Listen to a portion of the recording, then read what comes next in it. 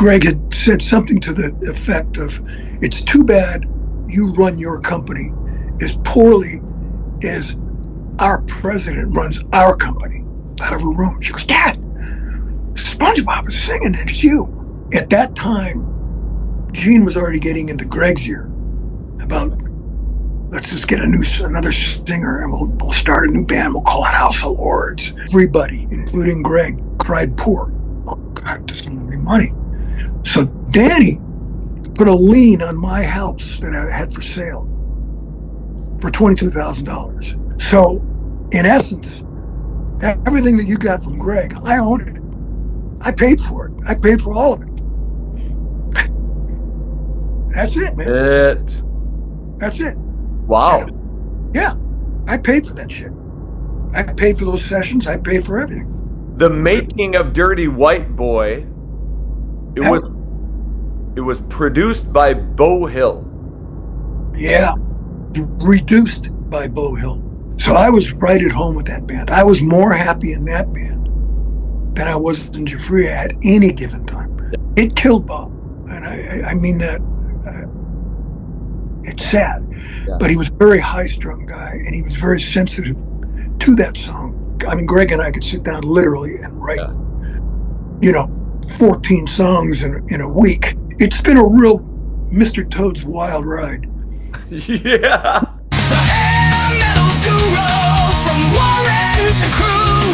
The hair metal guru. Never forget Charlie too. Hey, it is an honor to welcome David Glen Eisley to the show. David came to fame in 1984 with the band Giuffria, put out a great album in 1990 with Dirty White Boy, and shot to worldwide stardom when his song Sweet Victory appeared on Spongebob Squarepants. David Glen Eisley, welcome to the show. Thank you so much. Thanks for having me. Oh, it's an honor, and I want to get into all of the music stuff and find out what you've been up to lately. But I would like to kind of get give the viewer an idea of your background.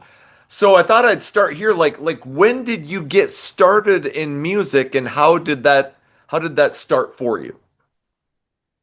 Well, it started really.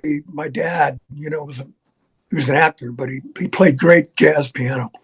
And when the Beatles hit in '60, so in other words, I was already growing up with Count Basie and Ellington and all these big bands, and I got into drums. I wanted to play drums. Sure. And then I was studying drums, and I was reading and all that stuff. And then the Beatles hit in '64, and then it even became more apparent, what I and a gazillion other people wanted to do. Right. So really through my dad, and he'd got me like a snare drum, and it was like one piece at a time to see if I was going to stick with it. Yeah. And that's really where it all really began. But I was doing that all simultaneously playing baseball. So that was, and that eventually became a butting of the heads. But because I was actually one. I should have put that in my intro, because you made it to the AA with the Giants, right? Single A. Okay. Single A, yeah. Okay. Yeah, I came up with Gary Matthews.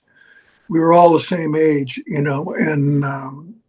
they were all like, Matthews was scouted out of Van Nuys High, and I was scouted out of Legion Ball in North Hollywood, and and God rest his soul, guy Genovese was the scout that found us. Okay. But I'm not sure where Addicts came from. Okay. But we all ended up on the same bed, like 18 months. Sure.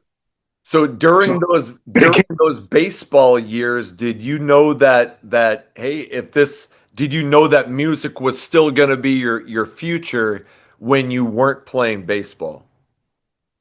Well, that's a good question, because I was already playing I was playing clubs and stuff like that at night. Whenever I was around, then a lot of the time I'd be, playing ball. I'd be out in California, what they call the Citrus League. So you're going up and down the coast. But I was a pitcher, Okay. and to make it, I had the Giants at that time were very, very conservative, and I was already kind of like leaning the musician way Right. visually. So, Right. and in particularly, coaches did not like me at all. Okay. And here I am being brought up as a pitcher. Right. So at UCLA Field, Sawtelle Field, there was a blowout, and I really went after one of the pitching coaches. Okay. He told me I deliberately did another, and I almost took his head off. And the guy who scouted me, that's at the exact time that this was all going on, and this guy's yelling and screaming that I was out of my mind. I was a crazy kook. Get him off the field. The guy who scouted me, George Genovese, was driving up and was like, "What is going on?" And I just said, "I'm out of here," and that was it. And I think, 18 at the time. Sure. And that was the end of Giants, and it wasn't the end of playing ball, Okay. but it was the end of that era. Okay. That was like 18 months of hell. It was horrible. So obviously it seems like there's no regrets about how you handled that. Like it doesn't seem like it was a great time for you. No, it was actually a pretty confusing, crappy time, because it was like this is not like playing ball. I was with a bunch of older guys that had been kicking around in the minors for a long time, and they were bitter. It was like there might have been 6 or 7 pitchers, and we'd each get like, if you were lucky, they split up 3 guys for 3 innings, Right. unless you got shelled. Right. And so nobody particularly liked me, and which was fine, but it was like, man, this is not playing baseball. This is a nightmare, Right. And nobody, just camaraderie. You're not really a team. You're just a bunch of pieces of meat that are stuck on a bench vying for a job. Right. And I think I was still new to it, to the point that I hadn't been kicking around that long, 2-3 years. I hadn't been there. I'd only, I got there and then I stayed 18 months and I'd had enough, Okay. Okay. So, Okay. brutal. So after baseball, like what is the first band that you join that is actually out there playing shows? It was funny. I lived in the San Fernando Valley. Me, Jeff McCarl, David Page, all the Toto guys. We were all buddies. Yeah. We were all hung together. Jeff and I would play, and back in the old days, Yep. when we were teenagers. I'm like a year older than him, or rest in peace. Wow. But we played at a place called the Rock Corporation. It's in Van Nuys, and now it's a mechanic, place for automobile. Okay. It's a dirty fun bar, and we were a very popular band there, and we were called Mammoth. Okay. Now out of Pasadena was a band called Mammoth, and they started coming in and playing at the Rock Corp, and we would like split off. Okay. And then history has it, they said, well, we won't be Mammoth anymore. We'll be Van Halen. Yeah. Yep. Okay. History on that one. Yeah. But it's funny, because we kicked around playing clubs under the moniker of Mammoth for years. Yeah. And everywhere from here to Canada and blah, blah, blah, playing clubs. And then Woofy, 2 years ago, he rekindles the old dad's old band name, Yeah. Mammoth. Right. He said, "Man, you should have copywritten that name a long time ago." Yeah. Yeah, I guess I should have. Right. But Right. that's really about it. I mean, as Okay. far When you were playing in Mammoth, you were drumming, right? no, in the Okay. beginning, Okay. Mammoth very long lived Okay. because originally I was a singer, Right. kind of like a singing drummer. Yeah. Actually, a pain in the ass, but Yeah. but that's what I did, and then I got introduced to, I started branching off and getting interested in songwriting. Okay. And I got sick of just being stuck behind the kit. Right. And I was a school drummer.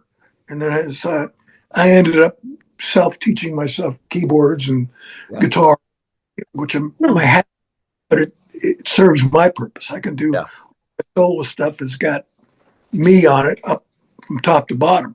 Yeah. And I'll bring in a couple of guys to play a few things that I'm just not going to be able to pull off. Sure. I'll say, "This got to do here. Please do it." And same thing with the drums.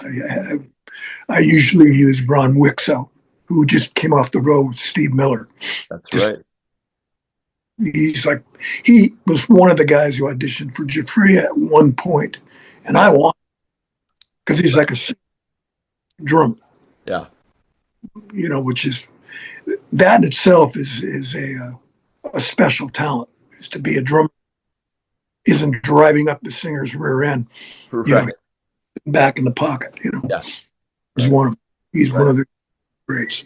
But but originally I was the drummer in Mammoth, and it was Jimmy Alcivar on keyboards. This is like back when I'm like 14. Yeah. Jim ended up playing in Montrose in Gamma. He was the keyboard player. He was the oldest guy in the band. Okay. And he was the only one that you would know. Sure. You could do a search on him and find him. Sure.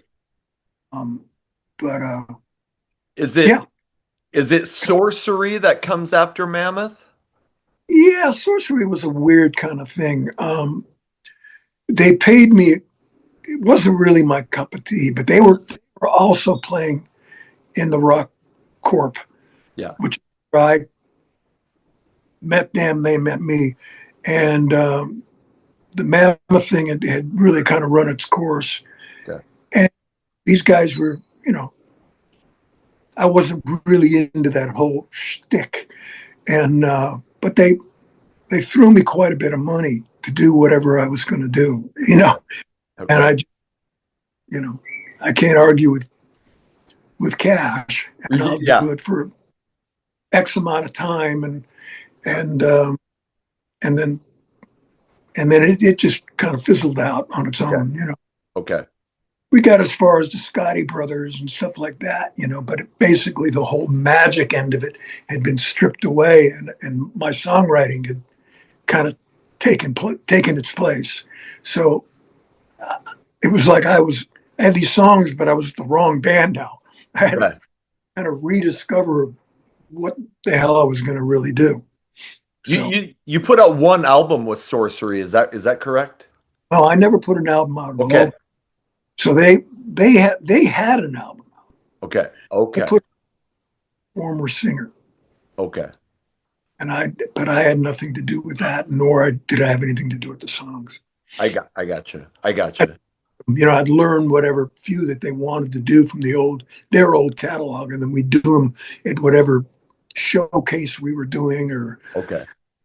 Then other than that, we just ended up doing stuff that I wrote. Okay. It didn't fit their whole thing. Right. And it just went away. Okay. So how do you get hooked up with Greg Giuffria then? I think around 1983. Well, it was 83. I was, had been, it's back when they used to have the Music Connection magazine and all this kind of stuff. And I was just, the whole club scene had run its course. I didn't want to do it anymore, doing all these covers and stuff like that. I had no interest in it anymore. And so I just started going out and auditioning for a gazillion, just call it garage bands. Yeah. 9 times out of 10, they'd want me, I'd get a call from like whoever was leading the band saying, "Hey, we'd love you to join," and none of them fit. Okay. It was like I wasn't interested. It was like going to be the same route again. Like, well, okay, what are you going to do? Well, we're going to go play guitars. We're going to go do this. No thanks. But anyway, on one of those bands, a bass player remembered me, and he had auditioned for Greg and Punky. Okay. Or the two of them were trying to put together a new Angel. Yes. He mentioned my name. He says, I know this guy from, some weird band that he came in with. Really good. I think you ought to take a look at him. So he got my number from this, I'm trying to remember his name, but it doesn't matter. Yeah. And I got a cold call from Greg. Okay. In '83. And I honestly, to be totally honest with you, I didn't even know who Angel was. Okay. The only thing I was aware of is that there was some band that was like Casablanca was setting up as the good and evil between Kiss and, we'll put them in white, Kiss is in black. Yep. And, they did quite well back then. Yeah. And they'd been around, they'd already been playing legitimate gigs. Yeah. Still bouncing around. Yeah. So I went down there, and it was just Punky, Greg, myself, not even a drummer. Okay. The first day I met them, Greg and I wrote 2 songs on the spot, and Punky and I wrote a 3rd song on the spot. Really? Yeah, it was pretty weird. And then we ended up taking those songs into Paramount Studios and tried desperately to cut tracks, but we had this horrendously bad drummer. Okay. And they just wouldn't, they just lay there dead. They wouldn't work. So that I went to sleep. And then Greg had a falling out with Punk, which was inevitable. Right. Punky and I got along, and we still are like this. Okay. I respect him, and I'm proud of him for what he's done. He's rekindled a whole another version of Angel, and he's out gigging and playing and it's fantastic. Yeah. But great can of worms. So to be totally honest with you. Punky, so they had a falling out. Yep. And then Greg and I, we went and we hoodwinked Goldie out of Rough Cut. Craig Goldie. And then it was the 3 of us. Yeah. And then Chris playing with Carl Wilson. And he and I we had an odd job. We used to, back prior to this, in the late 70s, we used to deliver furniture because he had a van. And there's funny stories. But so we go down to the Greek Theater during Carl's sound check. Okay. And we're sitting, there's nobody in the audience, it's empty, The 2 of us are sitting there because Krieger knows we're coming down. And I said, listen, we're looking for a drummer. And at the time he had these, he's right out, he's Animal out of the Muppets. Yeah. The guy. I mean, he lives right down the street from me. Oh, really? And we both live in the Hollywood Hills area. He's down just below in the flats with his wife, and then I'm up just a little bit, 5 minutes away. Sure. So anyway, he had this kit that had been the shelves were all covered in fur. Okay. And I'll never forget. You gotta know Greg to appreciate it. He could be a very funny guy. Yeah. As the other side of the coin. And we're and Greg's blasting away. He's playing away, you know. He's going. Greg goes, "Hey, he's really good." He goes, "But his kit's covered in hair. It's covered in fur." And I just said, "Worry about that. We'll get it." You know. And Greg's like going, "Oh God, this is like crazy." Right. You know, Right. looking at him, looking up at the stage and going, "This guy's a nut." You know. Right. But yeah, kit that was covered in like it was funny. Right. And that's all. He was all aesthetic. Okay.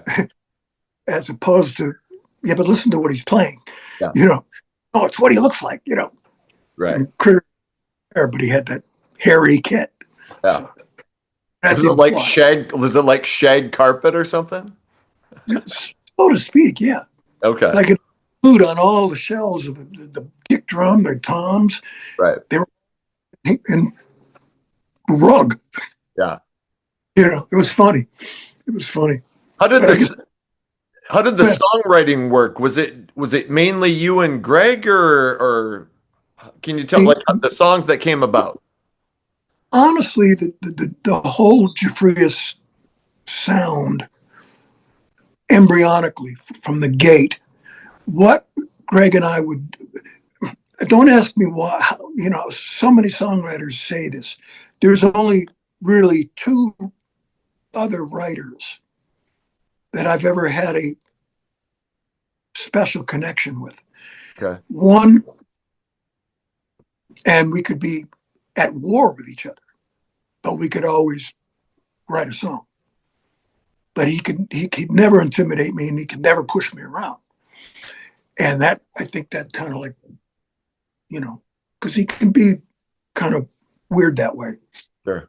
And but we could, he literally, what we would do primarily, would be in a rehearsal studio, and I'd set up a drum kit, and he'd have his big enormous, you know, Keith Emerson keyboard rig, you know, and he could literally lay on two chords, yeah, and spark in my head, and I'd have it on a cassette, right, and I had all these little, take these two little things, and then I'd develop lyrics in a verse, and then we hook up again. And here's what I got with this.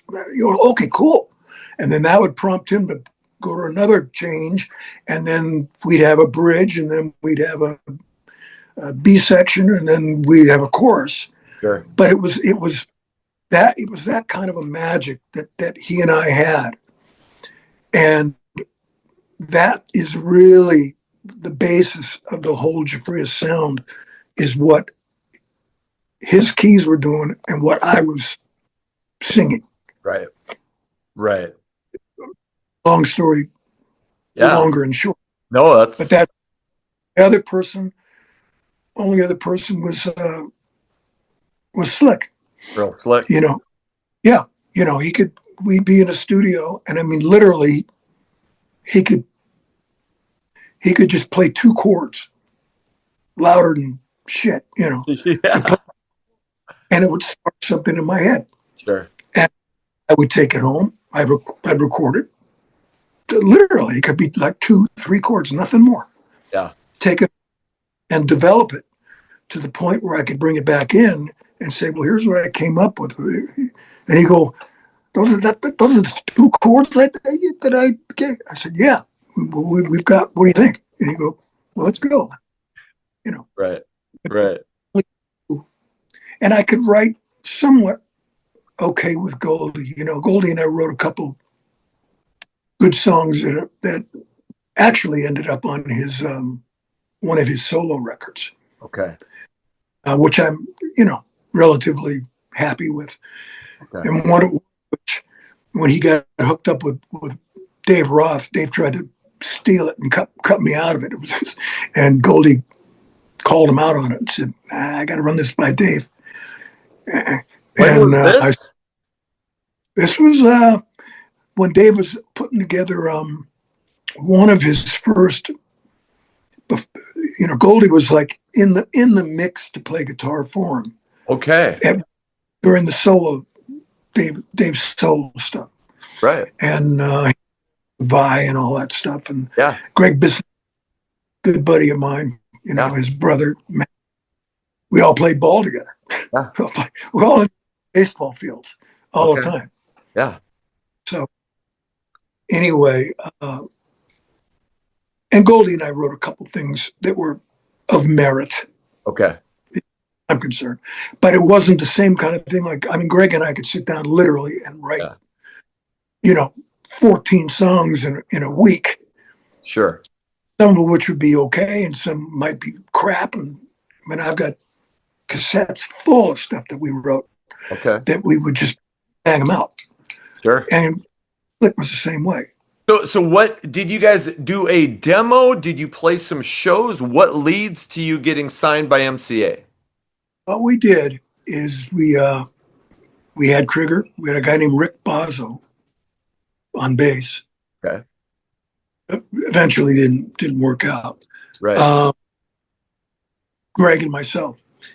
And Greg knew Andy Johns. Yeah. So we went into Cherokee Studios and we cut 3 or 4 tracks. We cut Do Me Right, Lonely in Love, I think Don't Tear Me Down, Okay. and I think a song called Run for Your Life that didn't, the 3 of us wrote. Yeah. But it didn't make the record. Mm. But anyways, and then we ran out of money, and we actually Greg just grabbed the 1-inch because we had already mixed it. He grabbed the 1-inch, and he always took a particular stool to the studio with him, and he says, "Come on, we're just going to leave." Man, are you kidding me? And he says, "No." He said, and it was like a Friday, and we split with the 1-inch. Yeah. Which would be the equivalent of the master. Right. And ran out, got in his car, split. Monday, he took it over to Camel Records. Okay. Night Ranger, blah, blah, blah. Yeah. Bird Brothers, Bruce Bird and Gary Bird. Right. And played him the demo. And they were distributed by MCA. Okay. And it just he just had a hunch. He says, "I'm going to take it into people I know from the Casablanca days." Yeah. And Bruce signed us on the spot on that demo. Okay. That kindly did for us. And then he ended up, being involved in the first record as well. Right. He was amazing, that guy. If he was straight, he wasn't drinking, there was not a better set of years in the business, period. Right. And he was absolutely amazing, and I loved him. I mean, we got along like brothers. He was just he and Greg would end up being wrestling matches on the floor. Like rolling around and stuff. It's ridiculous. I get stories are hilarious. Right. Right. Yeah. And when I cut Call to the Heart, nobody was in the room but me and Jim Scott.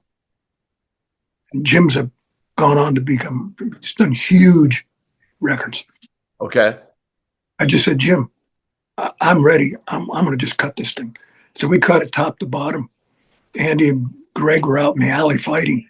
Weren't even in the room. I swear on a Bible, they weren't even in the room when I cut them. No. And then we walked out of the room, and I can't remember her name. Francine, I think, was the head of West LA record plant. Okay.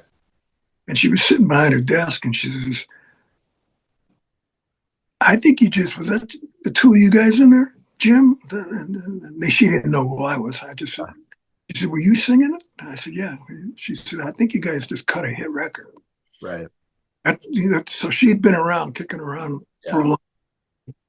She was a sweetheart, but yeah, that was just another funny anecdote, where Oh, they weren't even around. yeah.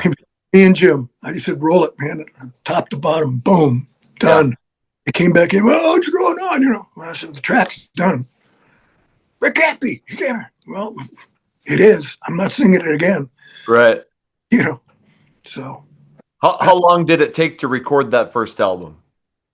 the first album, well, it actually probably took about 3 months, only because Greg had a particular keyboard studio that he needed to go to down in downtown LA, and then we ended up at the plant, the record plant. We ended up at One on One. We ended up with like probably about 4 different studios Yeah. so we were constantly bouncing around trying to, and I guess it was just because things were booked, or we could get a better deal over here or over there, things that I didn't really have any. I just drove to wherever, Right. we were to do it, but we cut it. We cut it in several different studios, Okay. Okay. you Okay. know. So once it was finished and you hear the mastered version, do you think this that's what I heard? Like you were satisfied with how it came out? Well, I think all of us. I mean, there's a couple tunes on there that are. I wouldn't if I had the last word. I wouldn't have really put them on. Okay. I think we could. We had a couple other better ones on there, Sure. but sonically, Andy unfortunately was. He, like I told you before. God rest his soul. He just had a hard time, starting to have a hard time with Greg and stuff like that. And he couldn't keep it together, and so he couldn't be around to mix it. Okay. And I think it would have been a way better sounding record if Andy had been at full capacity and been able to have done it. I think it would have been a better sounding record. But all in all, it holds up. And it for its time, it was Yeah, totally different than what anybody else was doing. absolutely. It was it was kind of like a hybrid, kind of a weird, freaky kind of record. I mean, songs like "Do Me Right" and you know, I mean, "Don't Tear Me Down," Yes. which was one that Goldie contributed, had the initial lick for. Yeah. Yep. Uh, but there were some oddities. "Line of Fire," these are things that they were a little bit more. And then the way I sing against, a almost leaning towards a broad rock situation, Right. totally like I don't belong in that area, but that's where Greg and I just kind of gelled. Exactly. He'd be, I mean, if you want to hear Greg play some great keyboards, sit his ass down in front of a Hammond. Yeah. And he's from the South. Yeah. Tell him, I just, man, you should get rid of half of this crap and just play the Hammond. Right. He wouldn't go. He'd never go for it. But, it's a much more, natural instrument in terms of keyboards. It's like the next step from a piano. You Yep. go to you're a keyboard player. And he played it brilliantly, but never really utilized it, which was kind of, so. Call to the Heart went to number 15. The album went to number 26. And you got two of the best tours that could have been going on. Can you tell me, can you tell me a little bit about like the because you toured with Deep Purple and Foreigner? Well, we toured with the real Deep Purple. Yep. Which was the last of the real Deep Purple. That's right. And that was, I think we got booked onto it on the basis of Call to the Heart. Okay. So Richie, and I'm pointing, not pointing a finger at him, but I'm just Richie, was in control of that band. Yeah. I think he took that as like, okay, well, I got kind of like a semi Journey meets Eagles band opening for us. So he didn't pay attention to the record. He just paid attention to the single. Yes. And we opened in Odessa, Texas, smelliest town, oil town. It's all just stuff. Yeah. And we opened there, festival seating, and we blew the roof off that place. Yeah. And he didn't expect it. Right.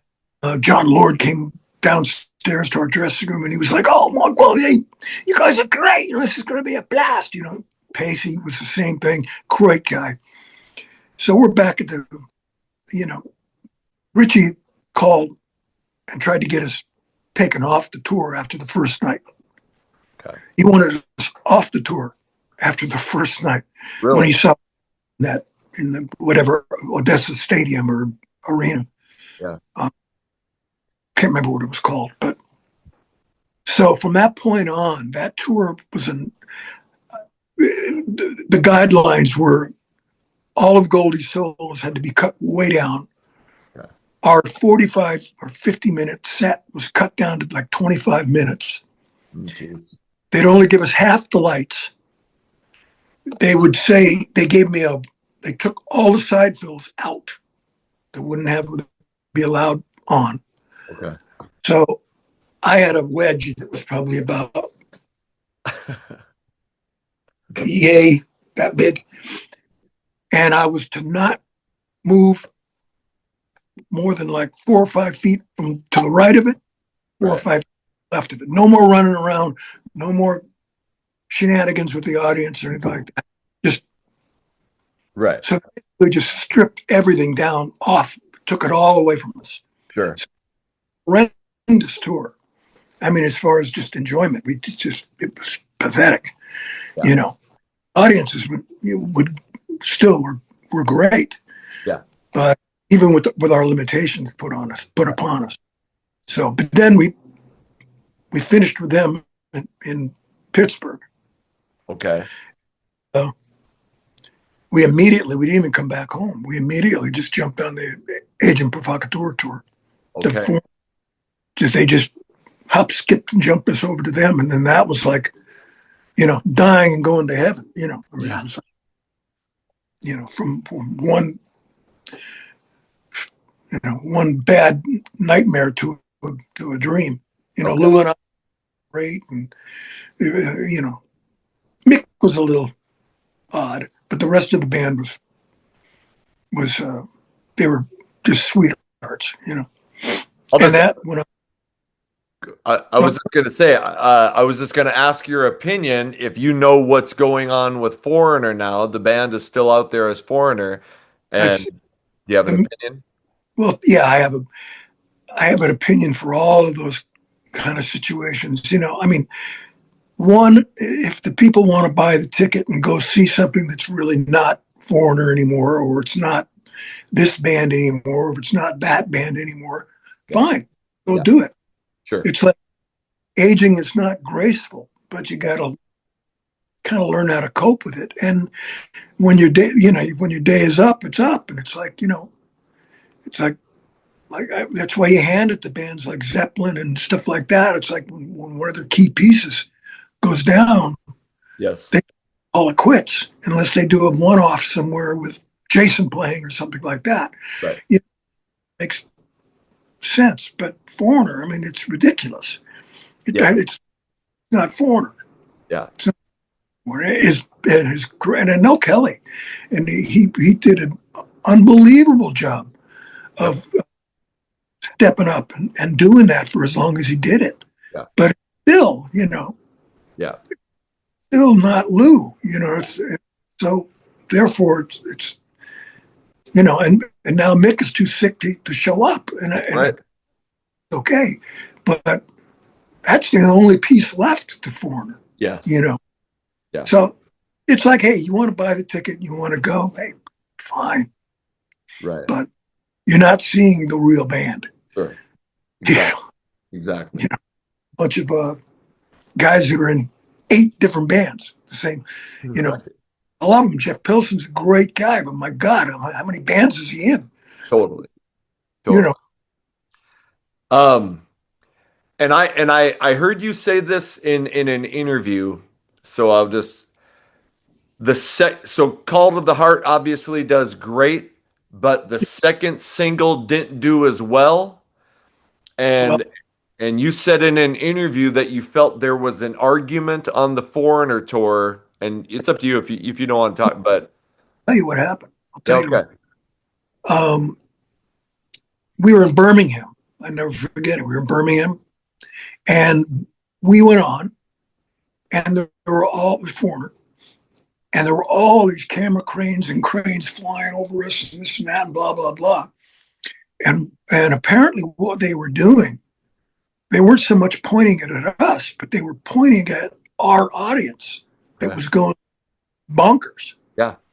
Okay, so we get back to the hotel, and and there's some partying going on, and people are, you know, drinking and doing whatever back in the 80s, whatever. Yeah. Anyway, so we're sitting at the bar, and apparently what happened was uh, Greg got, and Lonely Love had just been released, and it entered at like 67. Yeah. Call to the Heart entered like at 85. Right. So it entered considerably higher. So it was, it might have gone, who knows what happened. Sure. But apparently, I think it was a slip of the tongue. But the video director showed up at the bar, and Greg had said something to the effect like, you guys were really busy filming our audience. Yeah. What's that all about? And then there were some words exchanged, blah, blah, blah, blah, blah. And where the slip of the tongue happened is that Greg had said something to the effect of, it's too bad you run your company as poorly as our president runs our company, Okay. being Irving Azoff at the time. Irving Azoff. And Right. everything got unplugged. Irving got back to Irving and just boom, boom, boom, boom, boom. All the promotion just got pulled out. And that was it. But that's basically what went down. And I don't think it wasn't deliberate. It was out of just a heated conversation, Sure. It was the wrong wording, put it that way, and it got back to Irving. And he just wasn't going to have it. I don't think he was too keen on I don't know if he and Greg got along at all anyway. So, Okay. but it was like one of those things where it wasn't so much, it was a personal attack, or at least read that way Right. by Irving. And I remember going to a function where we all went. It was the T.J. Martell cancer thing, because Neil Bogart had passed away of cancer. Yes. We were there, and I remember as I was walking in, we were all kind of filing in at the same time. Irving tried to get the second record to read, and I was against it. I didn't like the idea because I thought it was cheesy anyway. But he wanted the Byrds to put that second record out as Giuffria featuring David Glen Eisley. Really? Yeah, that's how bent out of shape he was, because the record, had to be done contractually. So we did the second record with a new lineup, Yes. But that's, he wanted, and he said it right there in my, not in my ear, but I was right there, earshot. He says, all I fucking care about is the voice in that band. That's all I give a shit about. And we're all in tuxedos and we're filing into this thing. Yeah. And it happened to be the timing of, he said it to the Byrds. And I just kind of kept my mouth shut. I was like, I don't even know if Greg overheard it or Right. whatever. It was said. Yeah. And they were thinking about doing that. And I spoke up and I said, It's just cheeseball. I don't want to do that. You know. Right. Right. Were you and Greg still getting along by the end of the cycle for the first album? Oh yeah, yeah, Okay. yeah. We Sure. were getting fine, but like I said, he had a way of trying to intimidate people, and like it's my way or the highway. Sure. And no, and I just basically would just say, "Good luck," and I pack up my notebooks and shit, and I start walking out of a rehearsal studio, and he'd come chasing me and tell me to come back, and I'm sorry, and blah blah blah blah blah. Yeah. But he'd always try to test me. There was Sure. always that bit of testing going on, and I just wasn't going to buy it. Sure. I do what I. That's it. Credit where credit's due. Period. Chuck Wright went off to Quiet Riot. Craig Goldie went off to Dio. Right. And then you're getting ready. So, like, this is during us headlining in Japan. After okay. they sent us to Japan, and the band was already in between each other's ears. The band was already broken up. Okay. Or it's going to be revamped. Okay.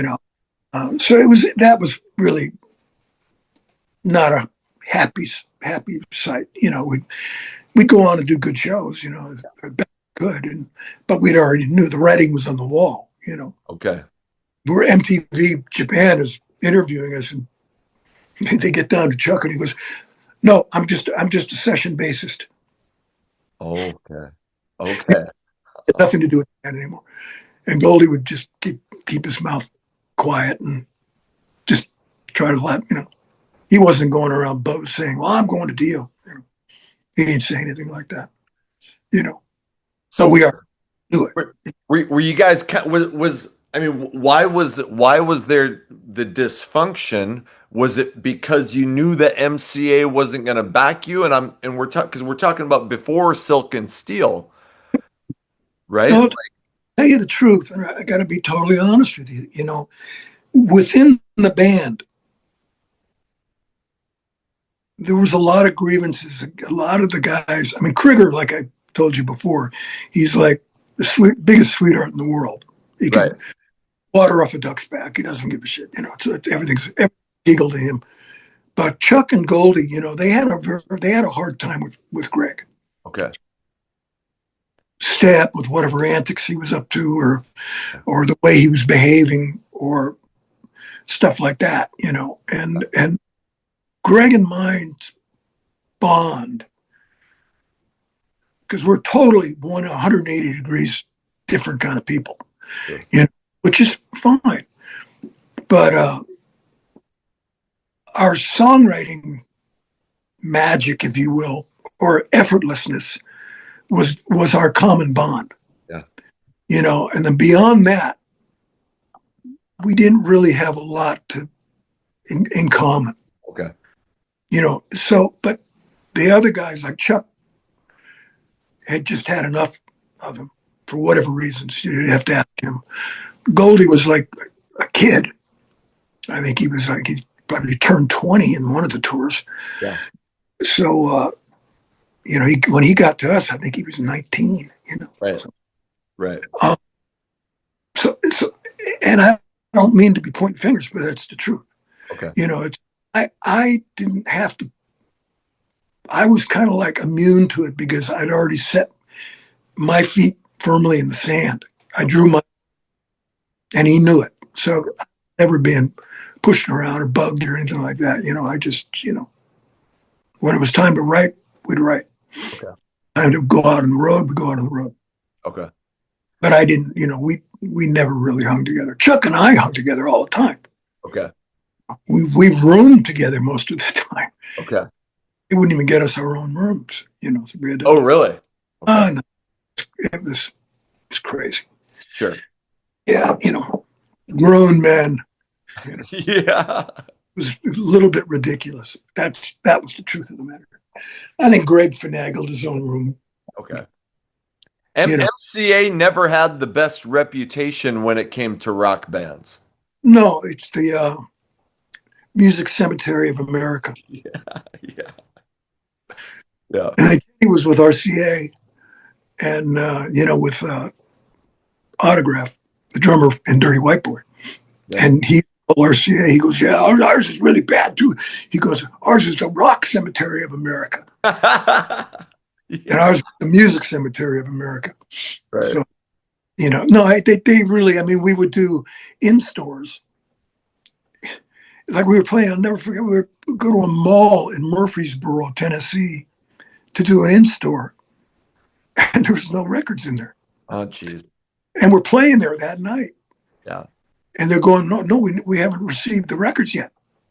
And we go, wait a minute, they've got the itinerary. They know where we are. And you don't have any records? Yeah. No, one more. Can you sign it for the manager? It was crazy. They'd be, advertising in store with Giuffria and this and that. And these poor kids would show up and there'd be no records there. And they'd be like, well, if you happen to have brought one that you bought somewhere else, bring it. By all means, we'll sign it. It was really, really shabby. Yeah. And the other thing with that whole deal was when Call to the Heart came out, it was great. But we all did not want the second single to be a ballad. Right. We would be Do Me Right. Okay. Which would have just bona fide us as a rock and roll band. Right. Not what Richie was thinking we were. Right. It was like the other side of the coin. And they didn't want to do it. They wanted Lonely Love to come out now. Right. Okay. Which would have been fine as a third single. Sure. But we didn't even get past the second single. Right. Because of the altercation in Birmingham. Right. So crazy. Getting ready for like what is the feeling in the band when you go in to do Silk and Steel? Are you like, shit, what's the point? MCA is not going to be behind it, or do you feel good? No, we didn't feel good at all. And the changes, the changes were not to cut anybody's talent, because Dave Sykes is a great bass player. He went on to play with Boston. Dave came in and I think he was uncomfortable, and Lanny auditioned, and Lanny was about, a bunch of guys. Joe Satriani auditioned. Oh, no shit. I mean, yeah, no, I'm not kidding. Yeah. But he wasn't anywhere in our ballpark. Okay.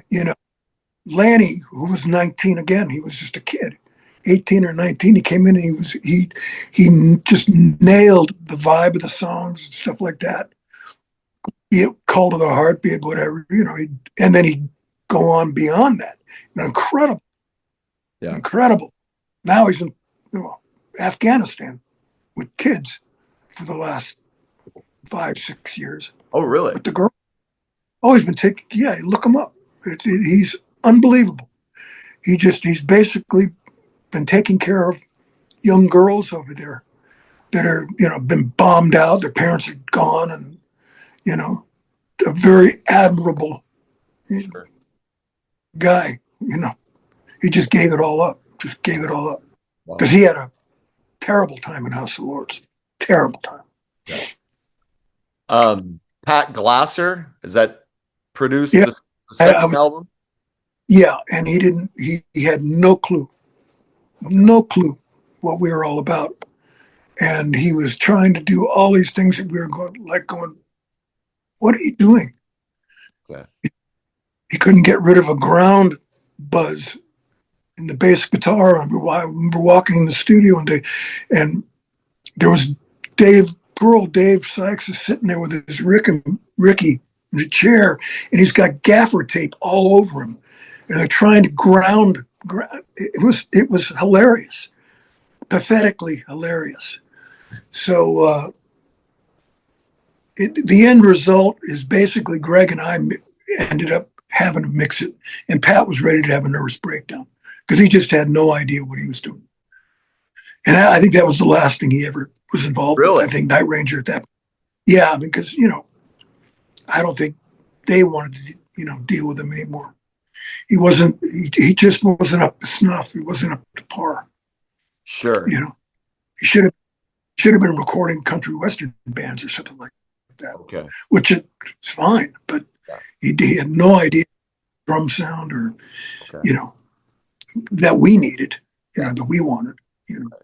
So basically, he just kind of fizzled out, and then Greg and I kind of finished it Okay. the best that we could. So it's just produced by, I don't even know what the credits say. I got the CD here. I don't even have a vinyl of it, but I don't. Okay. Oh, there you go. Yeah, there's the cassette. Yeah. I don't even know I can't even read who got credited with the production or anything like that.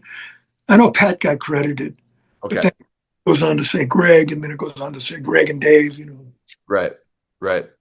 But I Must Be Dreaming got a little bit of traction. yeah, but that was something we were told. The whole band was totally against. We didn't want to do it. It had nothing to do with us. It's a great tune. Yeah. Mink DeVille, but and the video was sort of fun to do because my godfather and my dad were in it, and they play the bumbling guys. They're both actors. Yeah. Yeah. Bumbling fools back, with the curtains and shit like that. Yeah, that's right. That's my dad's the taller one, and Alvy Moore from Green Acres is the little guy. He's my god. Okay. They're both gone, Wow. but so that kind of fun, Yeah. video. But no, I think it went to like 54, something like that. Yep. It even got into the top 40. Yeah. But, I have no doubt that Lonely Love would have done maybe equally as well, if not better, than Call to the Heart, only because Call to the Heart gave us a lot of traction. Oh yeah. And but it's spilt milk now. So yeah. I always thought Call to the Heart must have been in the top 10. I guess it went to 15, but it felt like where I was, that thing was massive. I mean, and, yeah, it was everywhere. Yeah. It was everywhere. Yeah. There was, Did you guys go on the road for Silk and Steel? What did you do for? No, we did a couple TV. We did a Dance Fever, believe it or not, and we played Love You Forever, which is a total ballad, which in that day, Love You Forever from Silk and Steel should have been in the top 5 single. But there was no promotion. There was no nothing. We did American Bandstand, and we did Love You Forever, and we did Radio. Yeah. Off of that record. Yeah. And with the luck of the draw with that band, anyway, Bandstand was preempted by some big, huge football game at that time. So, like, half the nation didn't see it. Right. I mean, but luck of the draw. You only got one. There was only one video on. It was for I Must Be Dreaming, right? You didn't get another video, right? Other than those 2 TV appearances. Yeah, right.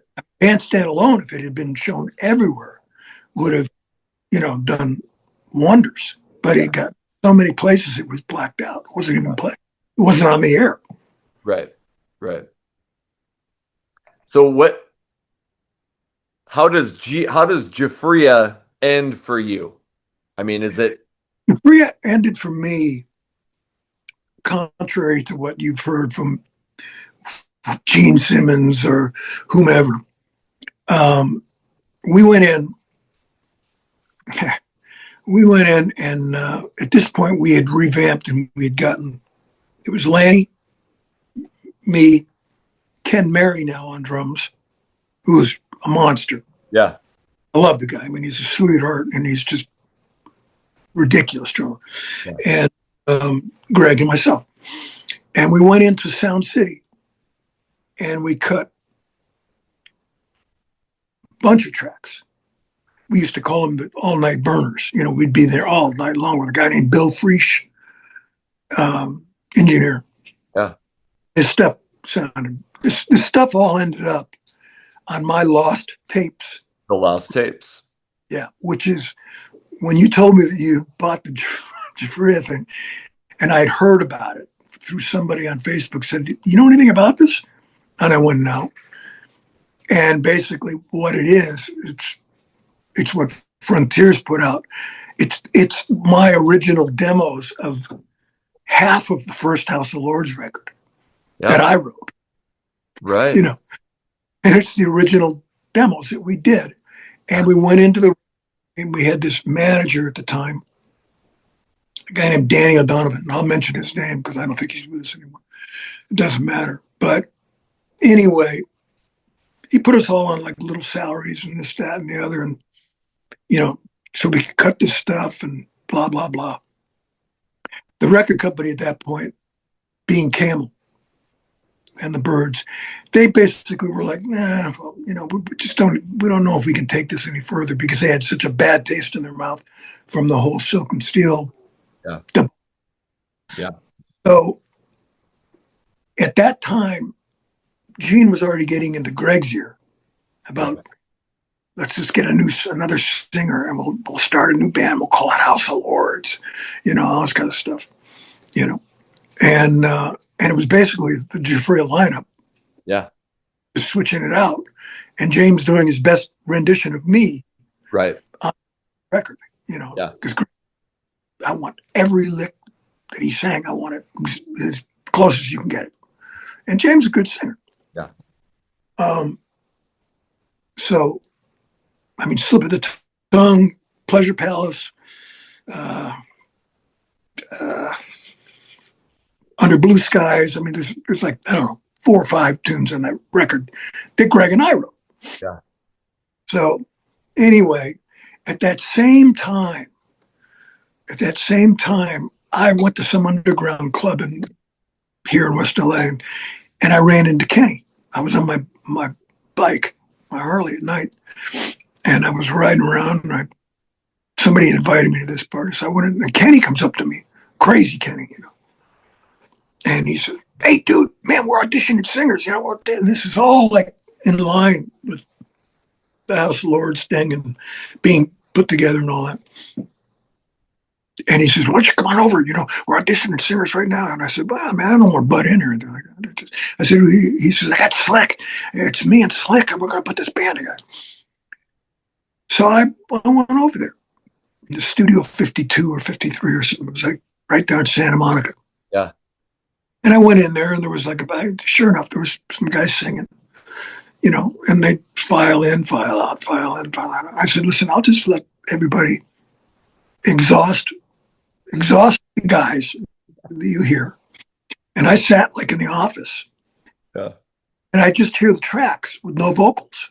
Yeah. So we're getting these guys to come in there and try to make something up.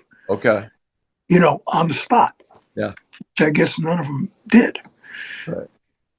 So they said, "Hey, you want to come in and time for you to blow."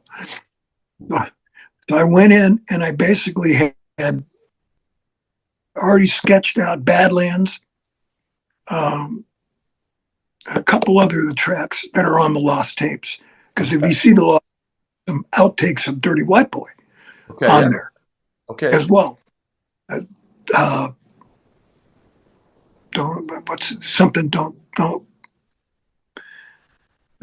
can't remember the title. Sure. Do something to your love. It's great. It's a cool track. Anyway, so I was in there while these tracks were going by, and I was sketching stuff out. Okay. When I walked in there and got behind the mic, I already had an idea of where I was going to take this stuff. I did it, and Slicky just went, "That's it? You want the gig?" I said, "Well, yeah." I said, because I've always thought he's just a monster, and he's a total unorthodox player. He's not your run of the mill, just speedster. He's right. Deal. But I've I've been in a studio while that guy is like channeling Hendrix, man. I'm telling you, it's like freaking crazy. Right. So I was right at home with that band. I was more happy in that band than I was in Giuffria at any given time. Yeah. But we got signed to Polygram, and but they immediately sent us to Europe. So we go to Europe. Now Slick's already been around the world a gazillion times. Giuffria never went to Europe. Okay. So Dirty White Boy gets there, and in all of we played everywhere. We played big arenas, NCU, Wembley. We played 4,000 seat clubs or theaters. And but everywhere, little towns, Newcastle, Lancaster, everywhere. All over the place. You're talking about after the album comes out. Yeah, because the album was released in Europe first. Okay. So when we got over there, we go for walks or something like that. Slick and I go for a walk. And we pass that we were playing in that night. Yeah. And he'd go, and there'd be like both Giuffria records. And in between the Giuffria records, sunk back would be the Dirty White Boy record. Oh. And Slick would go, "You're telling me you guys never played here?" No, they never brought us over here. They sent us to Japan. Yeah. Never brought us to Europe. He says, he goes, "You're selling more Giuffria records on this tour than we're selling Dirty White Boy records." Right. And then we'd be Giuffria fans, where the bus would come in, behind the theater. Just Giuffria fans everywhere. And he'd look at me like, "This is like the weirdest thing, man." I go, "I don't know." Yeah. I don't know, man. And he goes, "You're lying to me, man. I know you guys came over here." I said, "Nope, we never did. Never did." I was going to ask just last thing about the end of Giuffria. Did Greg tell you, or how did you find out that they were moving, Actually, to a different singer? Actually, I was already set into the Dirty White Boy thing had already been kind of in motion already. Okay. Not as House of Lords thing. I got you. I guess I think I didn't see it, but Gene did an MTV. He was trying to push Simmons records. Yeah. And his cherry was House of Lords. Yeah. Which they released a cover. They didn't even release one of the originals. They, Can't Find My Way Back Home, Steve Winwood. Yep. Which they did a great job, but it still wasn't them. It was kind of the Giuffria formula again, but at least we wrote it. Right. He did an interview, and he apparently said, they asked him about that. About, what happened? What's House of Lords thing? And what happened to David Glen Eisley? He says, "Well, we had to fire him. Okay. It looked like it. He looked over at camera B, and he looked over and he said something like, "Watch him show up in the next Beatles." Just to cover his ass, Right. He what I was going to do or what was, and he said, but he actually did say, we had to fire him. Yeah. And he referred, and this is God as my witness, we were doing the Dirty White Boy record at the Granny's house in Reno, part of it anyway. And I was doing, and apparently he referred to, we went to a Grammy party. Okay. That's what it was. We went to a Grammy party, and we're now on Polygram. And we're like, Gene and Shannon, they just had their first baby. They were in one end of the room. And Kenny just like that. Because he went to Gene and said, "Hey, man, I got this new thing I'm going to do, Slick, stuff like that." Gene just flat out told him no. So Kenny goes over there and he's talking to Gene, and he says, "Hey, dude, we're label mates, man. We're label mates now." And Gene looked at him like, "What are you talking about?" He says, me and Slick and Eisley, we're on Polygram now too." And Gene totally was taken aback. And he said, "Well, Dave's just a fat guy.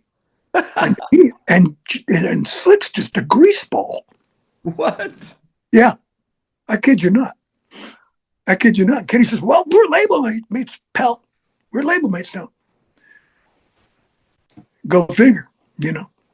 So, Oh, you know, funny bunch of people, boy. I'll tell you. Came yeah. out of Lanka. The making of Dirty White Boy. It That- was it was produced by Beau Hill. Yeah, reduced by Beau Hill. Okay. Here's what. Let me tell you a story about this. Slick and I.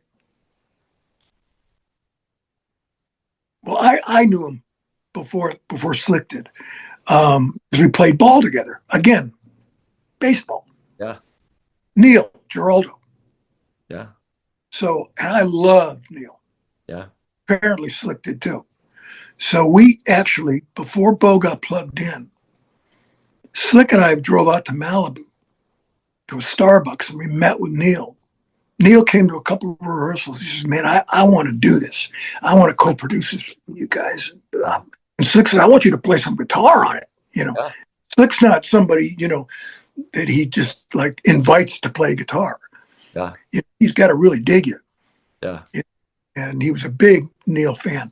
Yeah. And so that was what we wanted to do. And in the meantime, Bo, who had at that time had more money than God from Winger and Warrant and all that stuff, Yep. was just wine and cheese in the record company. And the manager, we were with Danny Goldberg at the time, Yep. who went on to be the, Atlantic Records president. Just pleading with him, saying, "I've got to have a blues rock band. I'm so tired of this formula, 80s hair rock. I don't want to do it. Right. I don't want." This is what Bo's spiel was. Yeah. And he got his way, and we were just like heartbroken. It was like, oh no, man, Right. because we're listening to the Warrant and Winger records, and we're just going, this is nowhere in that ballpark. Right. There's nowhere in that ballpark. And the demos on the lost tape,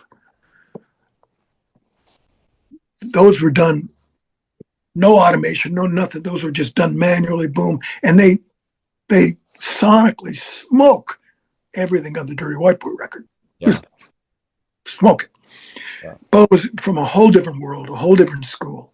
Slick walked out on those sessions maybe 3 times, and Really?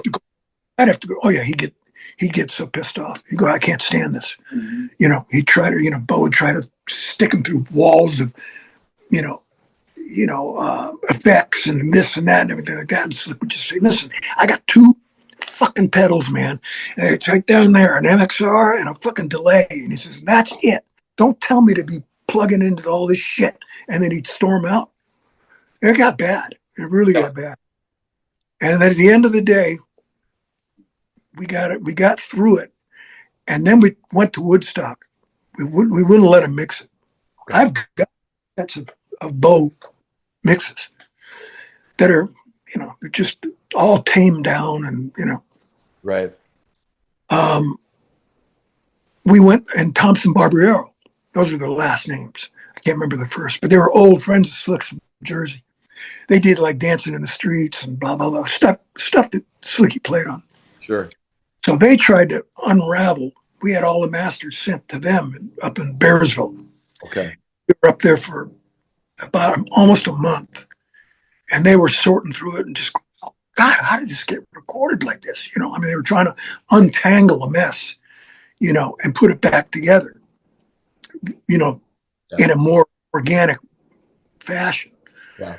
And they did the best they could, time allotted.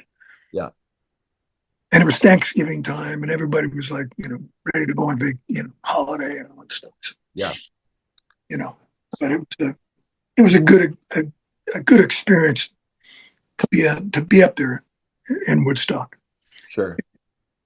So when it got done, it seems like obviously you were maybe disappointed in how it sounded, or were Yeah, after the mixing was it okay? no, we were disappointed in it, and I mean not extremely. Yeah, We held up to a certain point, but I mean, the roadies when we were on the road over there, they would record. I've got cassettes. They would record every show right. on a little cassette player. Yeah, And Kenny, God rest his soul, he took them to the grave with him. And we were like a freight train from hell live. It was a whole different band compared to the record. I right, mean, it was like huge, and right. we came close to catching the ACDC tour, Oh, no which would way. have been, yeah. And there was like one gig conflict that messed something up, something very, in hindsight, very, very minor, but it put a snag in the wrench in the spokes. Right. But if we had caught that ACDC one, we would have still had been out there Yeah, with them yeah, playing to like. Instead, we were out with Magnum, which they're still going strong. God bless them, but they couldn't get arrested over yeah. here, and they weren't very personable, nice guys. They weren't fun to tour with. Okay, Never, I don't think we said boo to each other. okay, okay. And we didn't know who they were. We frankly didn't, and they didn't know who we were. Right. So anyway, yeah, the bow was just a very unfortunate mistake. Okay. Yeah, part of the record company. I mean, I'm at the water cooler, to give you an idea of where we were recording, where Bo wanted us to record. I'm at the water cooler with Paula Abdul the morning after she collected all those Grammys, and it was like I'm thinking, gosh, she's a sweet gal, and just swept over at the Grammys and stuff like that. But what am I doing in the same studio with her? Yeah. This doesn't fit, Right. And the place was called the Enterprise, and it was like the Starship Enterprise. It was like, I don't want to be in here. I don't want to be in a rocket ship. Right. I want to be in a funky friggin' hotel. I want to be in Sound City, for Christ's sake. Right. And the label did. I mean, you guys got two videos. Let's spend Mama's money and Lazy Crazy. But That, did you feel like the label was behind you? yeah, they were behind us. Okay. They were behind us. I mean, they were $250 a piece Yeah. to Julian. And Julian Temple was the biggest video director at that time, Yeah. bar none. Bowie, Stones, Yeah. list goes on and on and on. Right. And so we had no problem with the videos at all. But they paid through the nose for a unknown band, Yeah. and for a band that wasn't even going to properly be released in America. Yeah. Because they did everything backwards. They sent us to Europe first. Right. By the time we got back home, there'd be like circus magazines, like the back cover of a circus magazine, Dirty White Boy, coming out in March. And we're back like, it's like January, February of whatever it would be, 92, 91, I don't know. Yeah. And we're looking at these I still got the magazines. And it's like the record that I think they shipped an obligatory 10,000 records because they had to by contract. Yeah. So they sent them out, like 1,000 out here, 1,000 out there, 500 there, 500 there. That was it. There was no real release of the record at all here in America, but it was out and all through Europe and in England, UK. What was your view when you saw like Nirvana and those bands breaking? Like, what was your perspective of it? Well, I didn't really have a perspective of it, only because when we were there, I'll never forget it. We finished in Stockholm, and the Swedish promoter came up and he said, "You might as well not go home." He goes, "There's no record company." And we went, "What?" And he goes, "Oh, no. They're all shutting down. They're all shutting down, And we're going, "Oh, this is great," And so my perspective hadn't even been a visual one yet. Okay. You know, we just didn't have time to sit down and listen, but we heard it. Yeah. And our initial thing was, well, they're playing the shit out of this stuff. I think a lot of us are doomed. Right. That was really our, Yeah. was like, it's taken over. And people were telling us that, Yeah. saying, the 80s is over, pal. Yep. It's done. It is now Nirvana, and then right behind them, Pearl Jam. They just put nails in our coffins, just boom, boom. And it was all residual, too, because if you looked at the times, the people that were selling 5 million records, all of a sudden overnight, they were selling 1 million records. And people that are selling 1 million records are now selling 400,000 records. Yep. And it's that fast. Yeah. So we basically, we were set up with Virgin Records after Polydor for a potential second Dirty Whitebird record to be properly released here. Okay. But then it just caved. It just caved. It wasn't the flavor of the day. Right. We were about to be able to write, a Nirvana tune. Yeah. Right. Not that we had anything against it. It's just the only thing we had against it. It was like just ruining so many careers. Yeah. It's funny. Did you and Slick like how did you? I mean, was there a okay shit? We're done with this, or how did you decide that we're done? Well, we continued to write. My wife, God rest her soul, Yeah. we lived up in Topanga, the big, huge house up in the canyon. Yeah. And I had a studio set up there. And Slick, came and stayed he stayed with us for a couple months, Yeah. And we continued to write. And we started veering off into almost like a country rock thing. Okay. Which we both enjoyed. We both enjoyed it immensely, but there wasn't enough poop behind it. Yeah.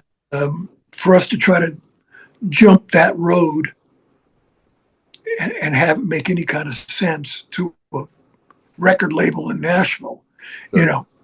it just kind of like wasn't going to really fly. Right. And the money talks and bullshit walks. And if you don't have the money behind you, or a certain amount of money behind you, or fun, you're gonna have, in those days, you're gonna have a hard time, getting anywhere. Totally. So you did a project with Craig Goldie in '91, It was 2018. or was there a Craig Goldie's Ritual in 1991? His solo record. Right. Solo record where he and I wrote two or Okay.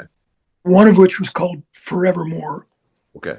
which is probably, for me anyway, it's probably one of the best vocals I ever did. Right. And we wrote a thing called Anytime, Anywhere, which was the one that Dave wanted to rip out from under my seat. Okay. Goldie said, no. And then there was one called Eye for an Eye. Okay. So there were 3 on there that he and I co-wrote for his solo. Okay. All right. And then is Murderer's Row the next? Murderer's Row was a hybrid, another weird thing. Bob Kulick. Bob Kulick. Yep. God rest his soul. That's right. We played ball together. Okay. And he and Jimmy Waldo had, from the band New England, Yeah. that was Jimmy's claim to fame part of his career, Sure. Who's a great guy. They had these tracks that was supposed to be another Blackthorn record. Okay. Tracks that were supposed to be with Graham, with Bonnet. Yeah. Nothing had been written, and Graham was going through a real shaky period. Okay. Apparently, I've never met him. No, I didn't meet him. Okay. But he was like, he'd lock himself into a bathroom and I'll come out for an hour and a half. I mean, it was like, it was just getting unstable. Yeah. Everybody goes through stuff. Yep. So anyway, so Bob approached me on the ball field and he said, listen, I really dig your voice, and you want to give these tracks a whirl. He says, I hear you write like all the time, prolifically. Yeah. And I said, yeah, I write a lot of shit and I write some good stuff. Yeah. And he said, he laughed, and I said, well, just give me a cassette of all the tracks. So he gave me a cassette of all the tracks that day after the game. Huh. And I took them home, and he says, we have to have it all done in 2 weeks to present to the record company. We have to have, I said, what? So I immediately just started writing my ass off. Yeah. The entire thing. Yeah. Then went in with Pat Regan, Jimmy, and Bob, and just sang them. Just sang them. Did all the background vocals. I think we brought Chuck. Chuck came in and helped me on some of the background vocals to fill things out, and get a little different tonality. But it was a 2.5 week period, and we got them done. We took them to A&M. Wow. Pat mixed real well, Yeah. and then took them to A&M, and we mastered them there. And then it basically went nowhere. And the album really, for my money, for what it is, and the genre, again, it's a very hybrid type of thing, because it's like pushing to that prog rock thing. Yeah. But with my voice. Yeah. And I was screaming my guts out on that record. That's a heavy record. It's a very heavy record. Thank you for saying that. Let somebody, and it just kicks ass from top to bottom. And it just never got its just due at all. Nobody even. And Bob, I came up with we got to call it something. And I said, well, why don't we call it Murderers Row, like the Yankees? Like the Yankees. And Bob's eyes just lit up. Well, yeah. Ruth, Garrett, that era, Mantle, they called him Murderers Row. Yep. So I said, and Bob just lit up because he was from New York, and it's his all-time favorite team. Yeah. And like the Yankees, Murderers Row. And he goes, oh, man, that's perfect. Yeah. So that's what we called it, which I love the name. But then again, I'm a baseball nut. Yeah. It was but yeah, that record. Go ahead. Oh, I was just gonna say, like in the mid '90s, to get promotion or to get somebody to get behind something like that was like pulling teeth. Oh yeah, there were no teeth left in the mouth. Right. There was nothing to pull. There was nowhere from. Nobody wanted to have anything to do with anything. They just wanted it for free, and all of the stuff ends up being revamped, rebooted, re-released. Yeah. I don't see a dime for it all. I can't keep up with it. I can't keep track of it all. Sure. And that thing that Greg just got through releasing, which is in essence just what Frontiers already released, that I called the Lost Tapes, right? Which were they were my writing tapes that I virtually paid for.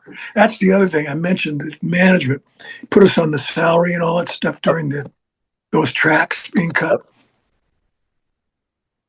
And when it got time to pay, when we were splitting the whole thing up, it got time to pay the piper. Danny wanted his money back, which is to the tune of $22,000 after all was said and done. Studio time, salaries, this, that, and the other, over a period of like 6 months. Yeah. Isn't that much money. Yeah. But everybody, including Greg, cried poor. Oh, God, just don't have any money. So Danny put a lien on my house that I had for sale for $22,000. Put a lien on it. Wow. And I'm writing a check for $22,000, sending it to him to get him off my back out of my proceeds of the house when it's sold. So in essence, Everything that you got from Greg, I own it. I paid for it. I paid for all of it. That's it, man. It. That's it. Wow. Yeah, I paid for that shit. I paid for those sessions. I paid for everything. I paid for the salaries. According to what Danny billed me, he said 22 grand. So it's been a real Mr. Toad's wild ride. Yeah. Steroids, Right. and nobody can argue it. Nobody can argue exactly what went down. Right. And and if he has a problem with it, too bad. He didn't pay Danny back. Yeah. I did. Right. 22 large. Boom. Wow. Out the door. A green Bank of America check. Yeah. I remember. I'd never written a check that big in my life. So that's never come up in the years past when any of these albums have come out. You guys have never, hey. No. Okay. No. I've never brought it up to him. Okay. He would call me for years, for over the years, to always, I don't know whether to make amends or whatever, or whatever you want to call it, but he'd be apologetic about, I should never listen to Gene and this and that, and blah, blah, blah, so on and so forth, and I go, hey, man, it's all spilt milk. Yeah. So it's done. I said, but if you want to write, man, just send me, just like we used to, just send me a couple little progressions on a cassette, anything. And this is over a period of maybe 5 years. Okay. And you go, yeah, okay, cool, man, yeah. On the phone, I never got a note one. Okay. And then he tried to put together, through Frontiers, he tried to put together another, like reassemble the original Giuffria again with Ken. So in other words, leading off, being back from square one, but Lanny was gone. So he was going to have, he'd given House of Lords. So he was going to bring in Doug Aldridge or if Chuck doesn't want to do it, we'll get Tony Franklin, and I'm already thinking, this isn't going to be Giuffria. And then he wanted me to come out. My wife was ill and he wanted me to come out and stay in some motel in Vegas, which I can't, I loathe Vegas. I can't stand it. And we'll all just kind of, it'll be a passion project and really nobody paid. We'll just, and he's wealthy, he's a businessman now. He's been a businessman for years, so he's got no money woes at all. Right. But the whole idea of it was like, I had everybody calling me. Still got them all voicemail messages. Yeah. Pleading me to come into the fold again. And I'm all things, red lights going, no, don't do this. Don't do this. It's just going to be bad. It'd be like all of a sudden, yeah, we're going to have like 5 guys writing one song, and I'm going, no, that's not how we worked, Greg. That's not how it came about. Right. We didn't write by committee. You and I wrote tunes. I don't want to equate it to Jagger, Richards, Lennon, McCartney. There was a synergy between the two of us that made that stuff happen. Yeah. And then Goldie would throw in his 2 cents on a few tunes, and which was great. Yeah. But the crux of it was us. And then so this thing just became more distasteful to me as I was anxiety ridden. Yeah. Do I not do this? And I kept, the voice kept saying, this is going to be an absolute nightmare. You don't want to be involved. If you're old enough to know better, you don't want to go there. Yeah. And it anyway. So in lieu of the fact that it didn't go anywhere, he had to release something. He had to put something out with his name on it. Yeah. Which is exactly what you have in your hand. Right. Just for the most part, everything that's already been on my Lost Tapes CD. Yep. So I'll just ask this now, since let's just say that Greg said, all right, you're right. Let's do it the right way. me and you writing, and I'm just saying, is there a way that you would ever consider it? Well, to tell you the truth, some banner came up and I had to get rid of it. I was Okay. hoping. Anyway, this, my wife passed away Yes. 2 days after Christmas. Yeah. And it's really been, this last year and a half, last few years, actually, have been, because she was ill, Yep. been very, very, very, very, very trying and tough. And I don't know, from a musical standpoint, I would like to say, yeah. But from a logical standpoint, I'd go, why? And how are we going to go about this? Right. Because with the advent with the internet now being crazy, and I honestly don't know his right hand from his left hand. I don't know what's going on between his ears.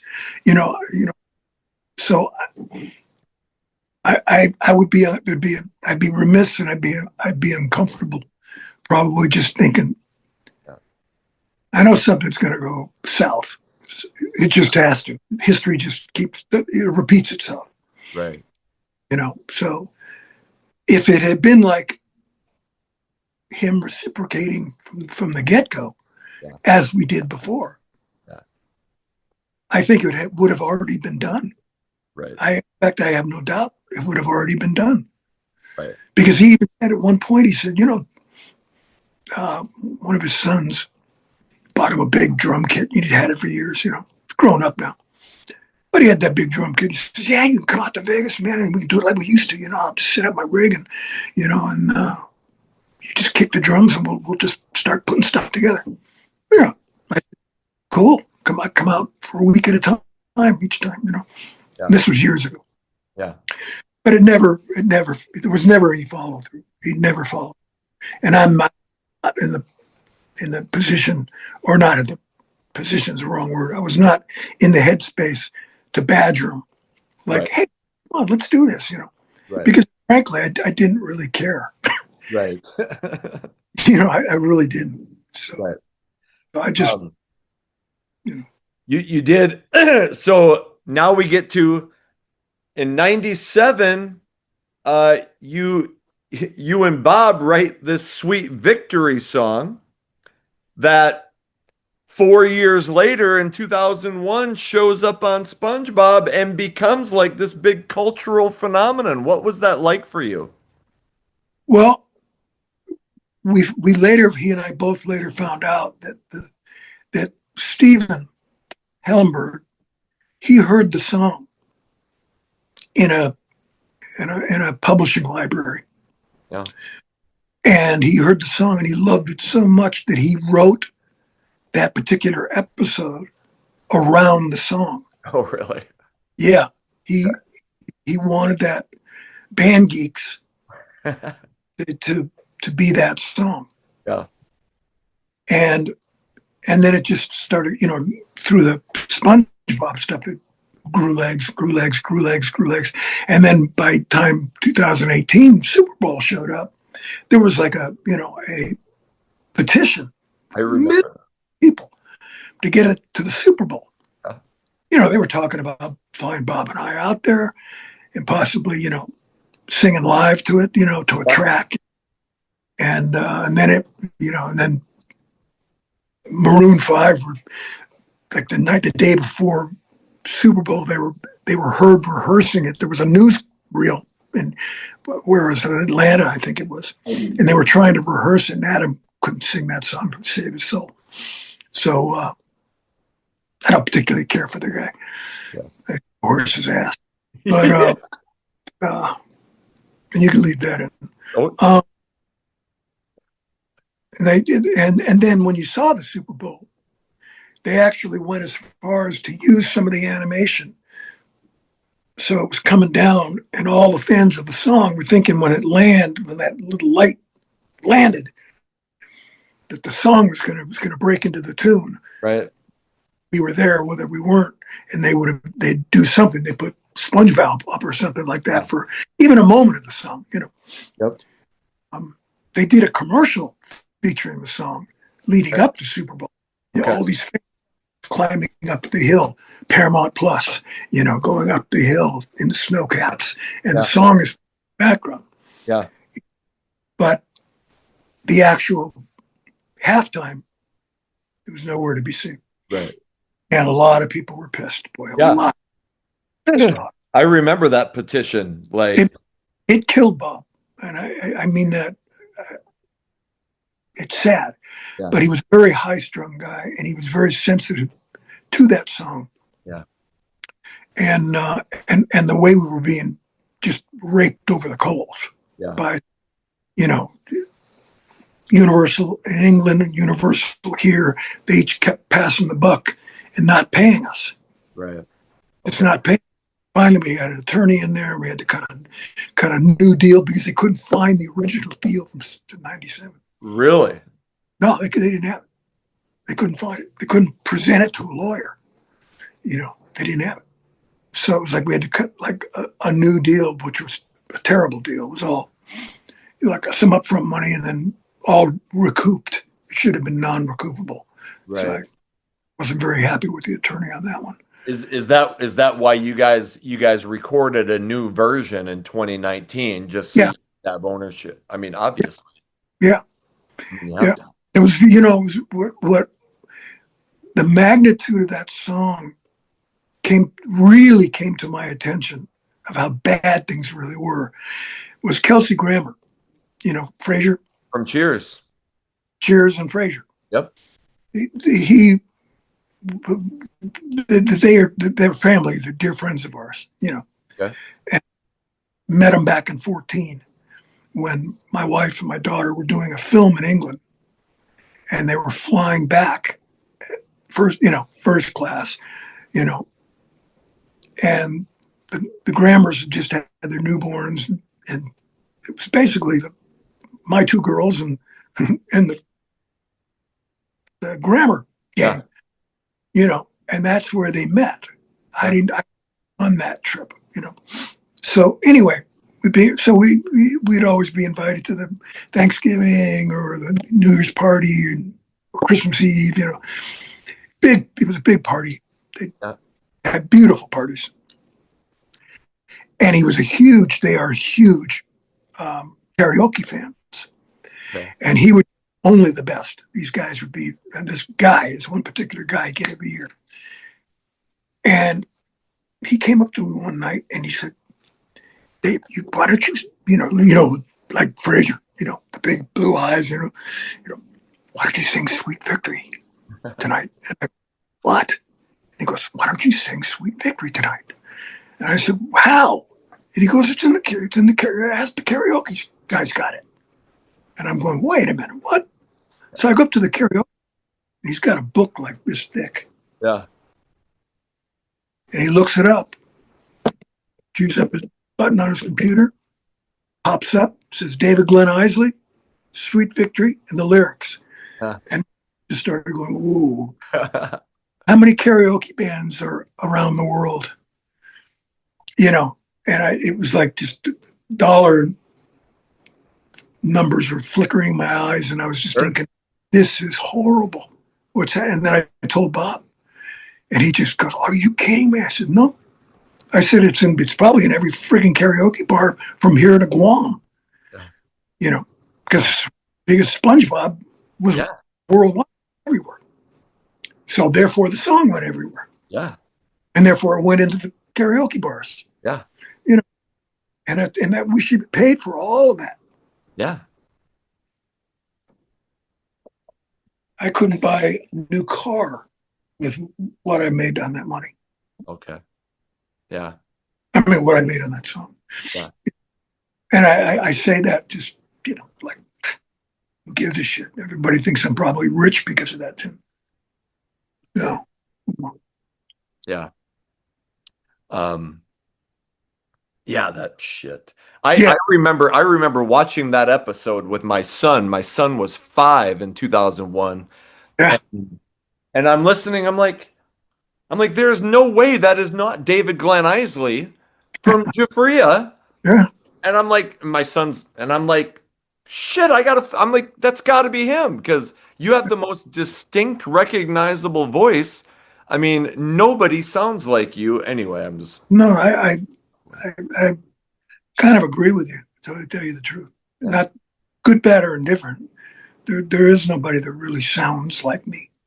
You know, that's I that's why I was so shocked, uh, that they would have, that Greg wouldn't have brought you along to House of Lords or whatever, that Gene, for whatever reason. I mean, I was like, that just seemed like a no-brainer that you should have been the vocalist, but now I'm off track. well, it would have basically just been Giuffria and Right. changing, and that Gene didn't. And I can't blame him if he wanted to form a new band. Yeah. Well, he basically the last thing he should have done is put all the Giuffria members into that band. Yeah.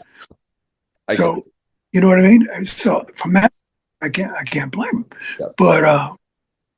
But to get us, a sound alike, Yeah. Right. or try to get a sound alike, at least on that first record, Yeah. um, was kind of dumb. And I think that's what after because that whole thing fell apart. Yep. You know, Yep. it got a certain out of it, but like I told you, Lanny, I wasn't there. I wasn't on the road, but he really was coming apart at the seams. Yeah. He couldn't handle it. He couldn't handle the whole pressures. He had never toured, Right. properly, really gone out and toured yet. Right. We never did in Giuffria because it's a Silk and Steel record, so we never toured. Yep. He just played a couple TV shows. Sure. So he had, whatever, 5, 10, 15, 20,000 people staring him in the face. But I guess between that and maybe Greg's pressure put upon him, he snapped. Yeah. He got out. Yeah. That was it. I was just gonna ask about 2 other projects. In 2017, you did the Isley Goldie record, but Really unfortunate. That was an unfortunate situation. Shouldn't it basically, the problem with that was theoretically on paper it looked like it could be interesting and work. sure. But front basically what they wanted, they wanted a Giuffria record as close to a Giuffria record as I guess Isley Goldie could provide. Sure. And right off the bat, that's not going to happen. Right. It's going to be an Isley Goldie record or a Goldie Isley. Right. And then I think Craig was going through some personal problems. He lives in San Diego, down in that area. And so that itself made it hard to get together to write. Sure. And we didn't have that same connection that Greg and I could write from a distance via cassettes. Yep. It was a no-brainer, and together and record. Boom. Craig and I didn't have that kind of connection. So unless we were in the same, I could, and he was going through something, and I never asked him what. Okay. It might have been physical, and then physical turns into mental and all that. Right. Goes with the other. I think throughout that whole period of time, we actually hooked up twice. Oh. Okay. He made it up here like twice. Right. And at that time, I was not versed in Pro Tools at all. Sure. A bit ashamed of, but I don't really care. I'm old school. Yeah. I didn't need it in the past. Yeah. But so doing that record became a big conflict to where we had a deadline and there were no completed songs. There was like maybe 2 completed songs. And I had to just start writing some good, some bad, just writing stuff and putting it down, Yeah. getting it to uh, a friend of Goldie's that I met through Goldie, who has now become one of my best friends, who taught me Pro Tools. Okay. Nothing else came out of it. That's what came out of it. Right. And he would take what I was writing, we'd send it to Ron to get the drums on it, and Paul would clean up this stuff and clean up my little messes, and basically what happened was we were mixing it without Goldie. We were mixing what we now had compiled into the record, Sure. and we had pretty damn good mixes going on. Yeah. Well, the Frontiers had a shit fit because they wanted it in their backyard to be finished. So, and Paul had put, he had outboard gear to the teeth, and he did a great job. We had a lot of good stuff happening, much better than what ended up. So he got his nose out of joint, and they were demanding the masters. Yeah. So basically, Paul said, "Okay, I'm taking everything I did off of it, and I'll send you the masters." Okay. And he sent them over there, and Goldie, like in the 11th hour, was sending files, Pro 2 files, like the last minute stuff to them, Yeah. not to them, that weren't even logical. It was like, how do you fit this? It was like anywhere he could play, he'd play. Yeah. Like it was just, so for them over there, it was like trying to untangle 10 necklaces that had been all joined together. Sure. They couldn't get it untangled enough. Right. And the record just suffered. It just suffered. Right. So, because it really didn't have Eisley Goldie input. Right. Like from the past. It wasn't it was almost nil. Right. From the two of us.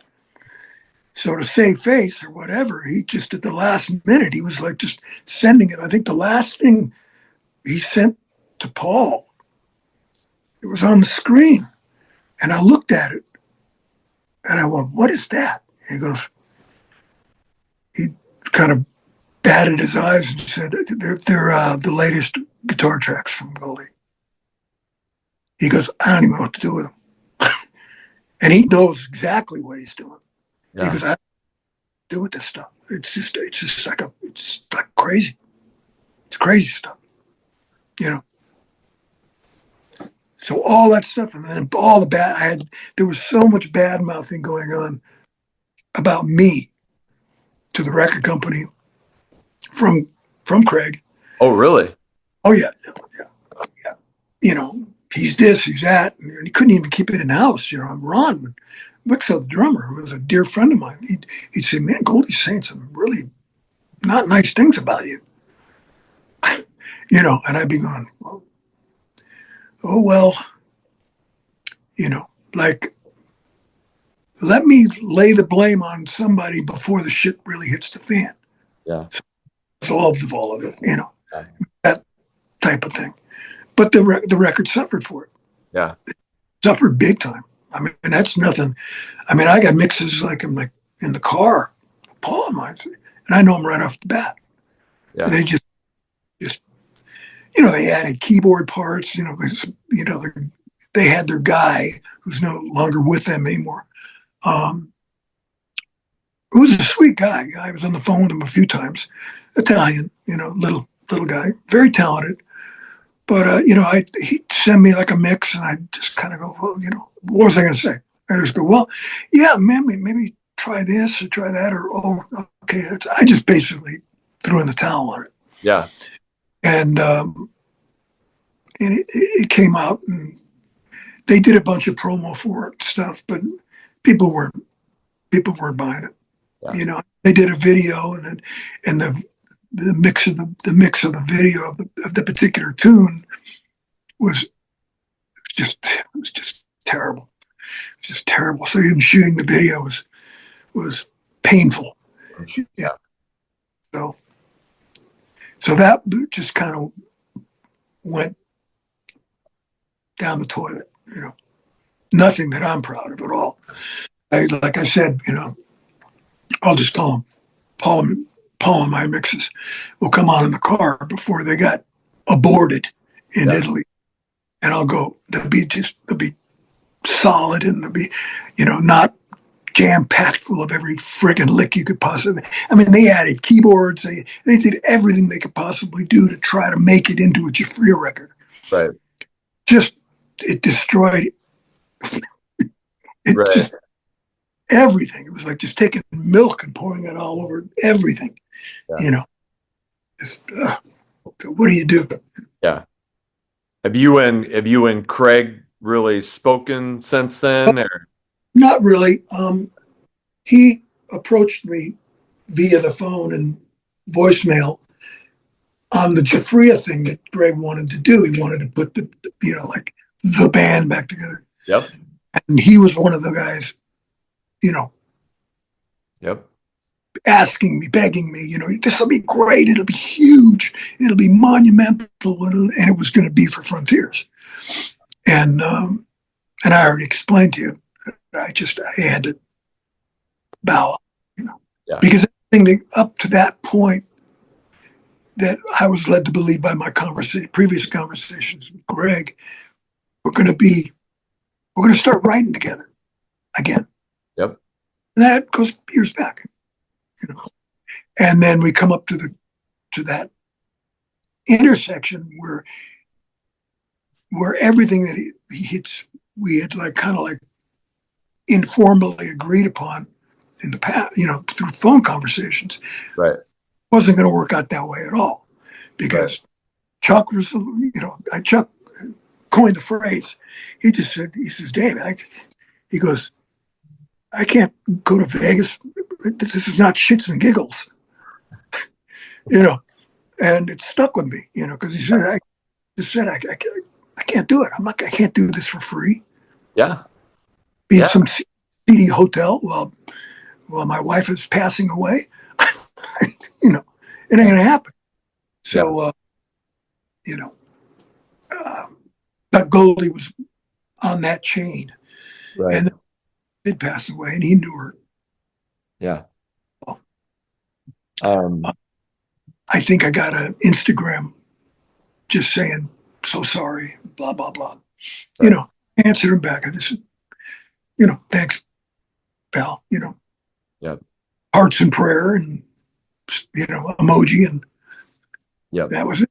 And then I called, and then I did reach out to him when this Giuffria thing had hit, this silly thing that it's marketed like you're going to receive everything but, a freaking steak and a cake in the mail along with it.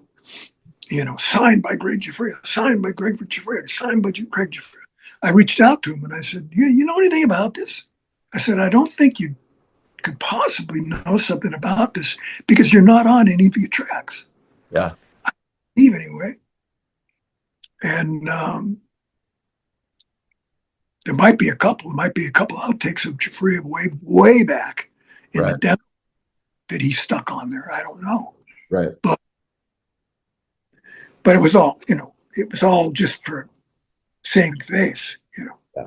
And I've had a lot of people, message me or something and just go, what the fuck is this? My God, what a narcissist. Jesus Christ. Do you know anything about this? And I go, nope, don't know anything about it. You get paid for it? Nope. Right. Just baloney. Yeah. Baloney. You put out a solo album in 2019 that's a lot, kind of mellow, kind of introspective, tattered, torn, and worn. Yeah, it was. I did that with Paul and Ron, and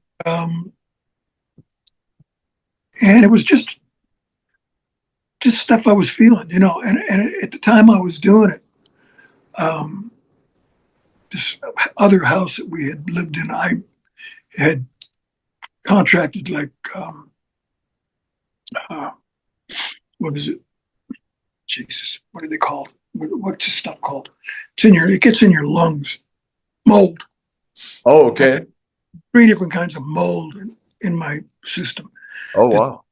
looked like, they call it chelation. Doctors call it, oncologists call it. And I had to get on these supplements, stuff like that. And it took years. It's still in there, dude.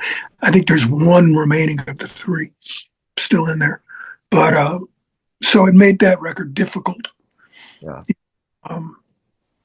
But I just pounded it out, Yeah. 'cause I wanted to do it. Paul wanted to do it. And Paul does all the intricate playing. And then I'm playing guitars and all the keys and Yeah. all, even playing the bass on it. Yeah. Ron, sent the files to him, and he played drums on all of it. Yeah. And yeah, there's some moments on it that I like, and then there's some moments I go, man, that could have been better.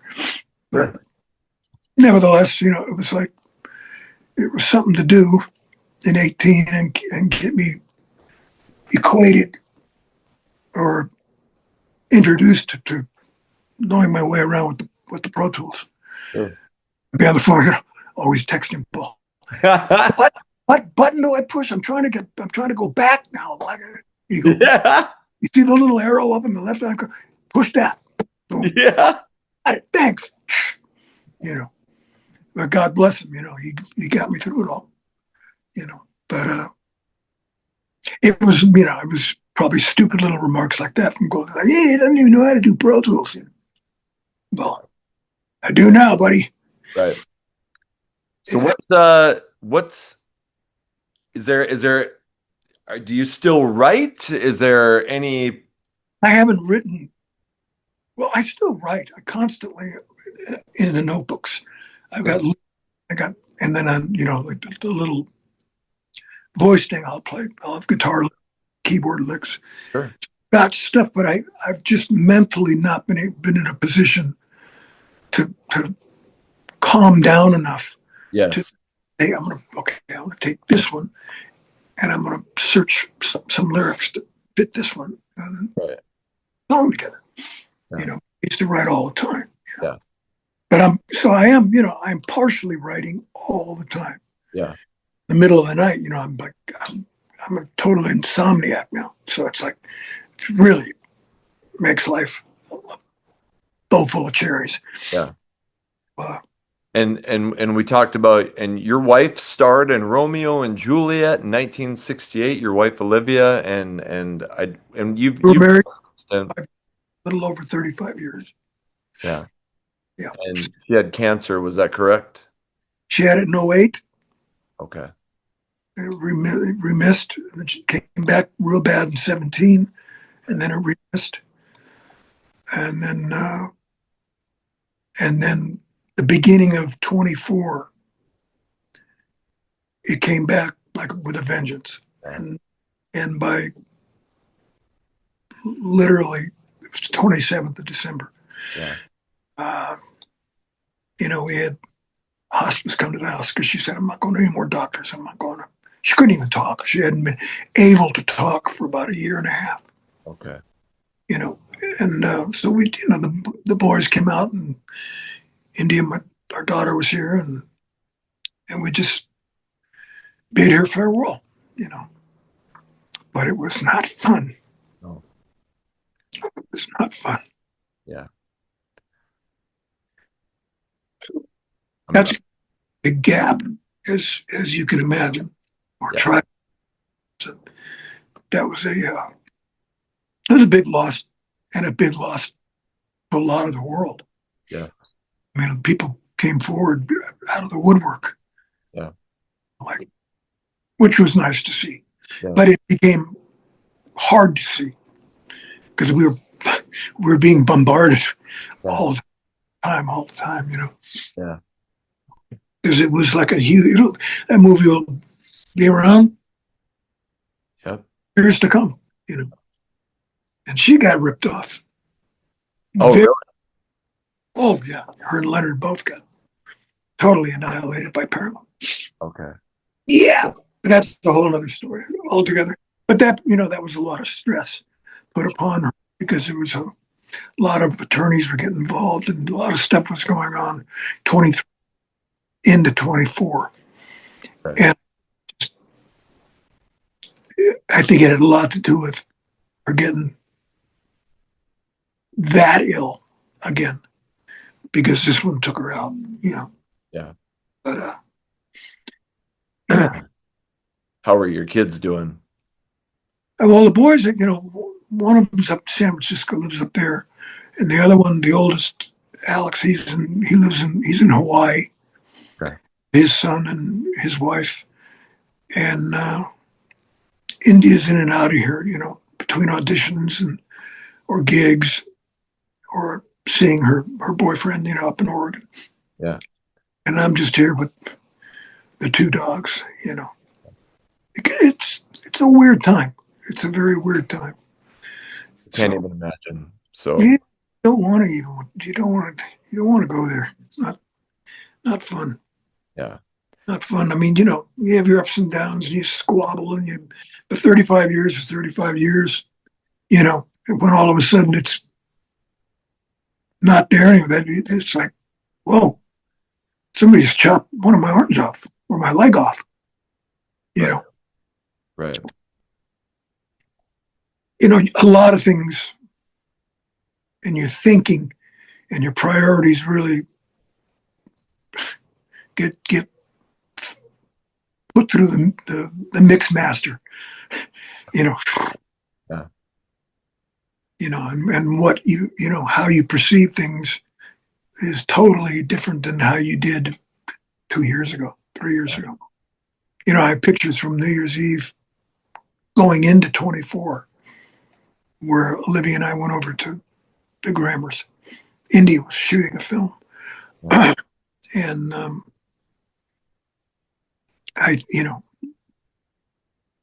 she mustered it up. She went, had a good time. Yeah. And then by February, March, it was like she just kind of like nosedived. Yeah. I don't even know how she hung in there through the holidays. We don't really celebrate the holidays if the three of us, because it's basically down to the three. It was down to the three of us. Yeah. Intermittent. She doesn't properly live here. She's but she's got her grounding here. Because she's a big girl now. So Yeah. But anyway, she was the first one to, back when she was a young kid, she was watching SpongeBob. Yeah. She came running out of her room. She goes, "Dad, SpongeBob is singing, and it's you." I know. And I got in there, and I got in there too late. 2 days later, it was on again, and I was right near her. And she goes, "It's on again." And I went there, and I went, "Oh, mother." Because I had no idea. I had no idea until she pointed it out. And then, and it was like, I don't believe this. And then I called Bob years ago, and I said, "You ain't got to believe this, man."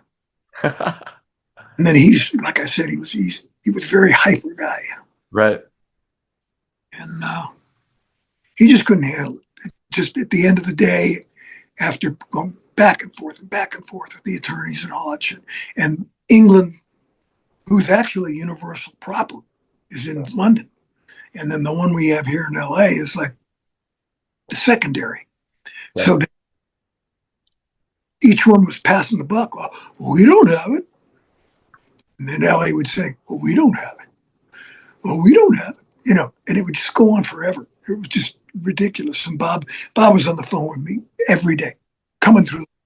"What are we going to do? God damn it, this is just bullshit. Fuck, they can't do this. They can't get away with it." I'd be like, "Oh, God, no, not Bob again." Right. Olivia would go, "Oh, God, it's not Bob again. Just tell him, calm down." I go, you can't calm him down." Right. So now I just deal with Bruce, because Bruce has got, Bob's estate, his brother's estate. So whatever comes in Yeah. goes to Bruce. So Do you ever feel, and you don't have to answer this, but do you ever feel like maybe it was more trouble than it was worth? You mean everything? No, sweet victory. Um, no, Okay. it was, we only made it, we made it trouble Okay. because we rightfully weren't getting any justice for it. Right. So Totally. we tried to wave a flag and say, hey man, this is not right, in hopes that they'd Yeah. remedy. And and they basically never did. They just, like all big corporations, they just Yeah. fall on deaf ears. It was, like fuck them. You know, if they got the weight, they could come after us. Right. So it got to that point where Bob just wasn't going to relinquish and say, or relegate it to them and just say, hey man, listen, we've done everything we could do. Right. It was not about to go there. Yeah. And they've killed him. Yeah. So I have to mind my P's and Q's sometimes when I get exasperated by, you know, by certain things where you're getting reamed. Yeah. And now it's like, okay, what are the chances? Am I going to make a big stink about this? What are the chances of me just not falling apart altogether? Yeah. Who needs that? You seem to be really level-headed about this stuff because I can see how it would drive like Bob, like I can see how it would, be hard to deal with. Well, Bob's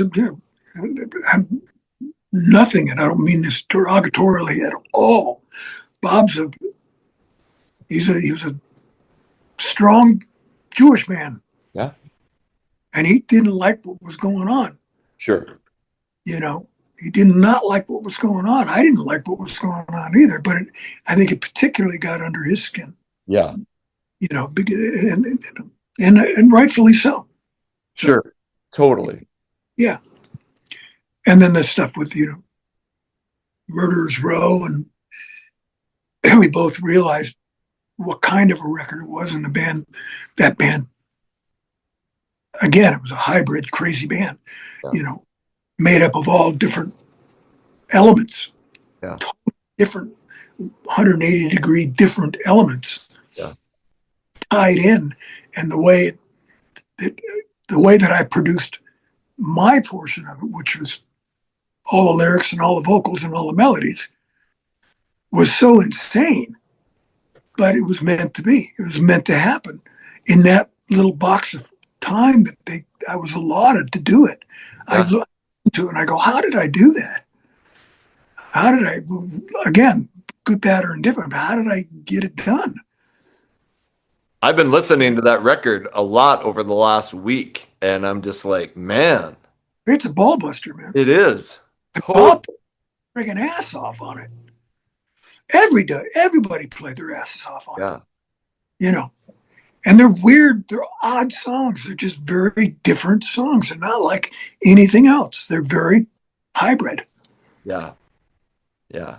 Either like, but I mean, if the masses got a hold of it, I mean, that band could have easily gone out and played open for Metallica. Yeah. Oh, totally. It's so heavy, but yet your voice along with it just made it something completely different for what was going on. Kind of went like that, Yeah.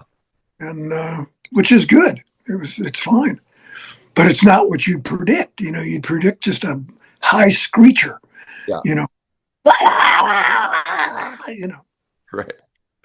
It's not what I do.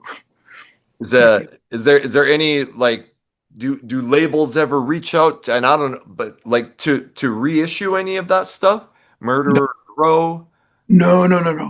All the reissues are all done Okay. suspiciously out of Europe Okay. or out of UK, where people can't get busted. Right. And again, it'd be like no sooner would I catch up to these people, that that label will have just disappeared. Yeah. They will have their pound of flesh and then disappeared. And you could drive yourself crazy trying to catch them all. Oh yeah, absolutely, it drives us nuts. I mean, one label reissued the Murderers Row stuff. It's 2 discs. I've got it. They sent me a whole big box of them.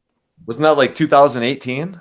Or something like that. Yeah, I got a big box of them in the garage or in here, Okay. and beautifully packaged. The little offshoot repackaging labels did a better job of packaging than the original record companies. Right. They'd elaborate on them, make them bigger. They tell more about the people in them. Yeah. It's crazy. Because they basically stole the stuff, so they didn't have to pay for any of it. Yeah. They just took their money and they just got, whiz kids doing the artwork and everything. Right. And just pound it and pay them, Right. 100 pounds. Yeah. It's crazy. I know you've had a hell of a year, and I appreciate you coming on and talking about it. I just feel like I should ask, like, is there anything that you're looking forward to, or anything that you're hoping once you get past, I'm sure, this difficult period, is there anything that you're looking forward to? Um, to be totally honest with you, I've got a collection of tunes that are with Paul, and they're in his system now. Sure. And I want to do a drum track on one of them. Mhm. And they're very, very, they're not even rock and roll. There's only one track that's a rock and roll tune, like a in your face rock and roll tune. Sure. The rest of them are all very laid back. They're more introspective. Okay. And a lot of people will go, and my voice is real mellow, Yeah. real mellow, and but it's just I got to work around Paul's schedule and see what the ladies are, because he can do anything. He did all the Paddington Morn. Okay. I told him what I thought and what we did. He did all the photography. Olivia did some of the photography, and but then printing it, we put it all together. But he did the booklet. I mean, he's a jack. He can do all of it. Yeah. And I love the guy. Yeah. And it's so simple. It's just he and me, and we go get a big sloppy sandwich somewhere, and we just have a good time. Sure. But he's a full-time editor for film, so his weekends are precious. And Right. I'm on a hiatus or on the weekend, but he's got all the stuff. Yeah. And it's a matter of him going through it and cleaning them up, because a lot of them are already on 2-track. Okay. Majority of them are. Sure. So they basically run through a mastering. Sure. To get that out. Sure. Be available. And that would be right now. That's as far as I can Sure. look. Sure. Well, if it comes to the point where you do decide to put out new stuff, you're always welcome back on to come talk about it. And Thank you. I appreciate all your time, and you've told me so much about your career that answered my questions. So I just thank you so much. Too much. No. Thank you for having me. Absolutely. And I, like I said, I know it's a difficult time, but I'm rooting for you to get through this thing as painlessly as possible. Thank you, bud. Yeah, you bet. So I will let you know when this is coming out, and you got my contact information if anything comes up. But David Glen Eisley, it has been a pleasure. Thank you. It's been a pleasure being on, man.